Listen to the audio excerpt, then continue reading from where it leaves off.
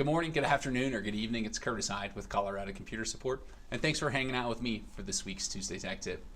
Well, this is a very simple, fast, and quick, easy tech tip this week, and it just happens way too far often when we first start talking and speaking with potential new clients, is the fact that we find numerous computers inside of businesses that don't have passwords on them, where people literally just leave them unlocked all the time. It's a very extremely high risk and very easy way just to implement a first layer of security by simply putting a password on it. Make sure you make your passwords not obvious, like your business name or your address, something simple.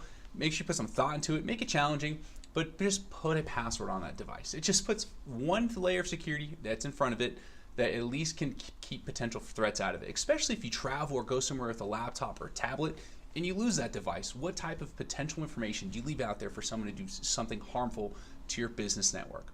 So take a moment, think about any computer inside your business, see if you don't have any password set up on it, or if you're looking to overall improve your business security at all when it comes to your IT, feel free to reach out to us here at Colorado Computer Support. We're experts at what we do. You can reach us at 719-439-0599 or find us on the web at www.coloradosupport.com. Thank you so much. I look forward to seeing you guys next time.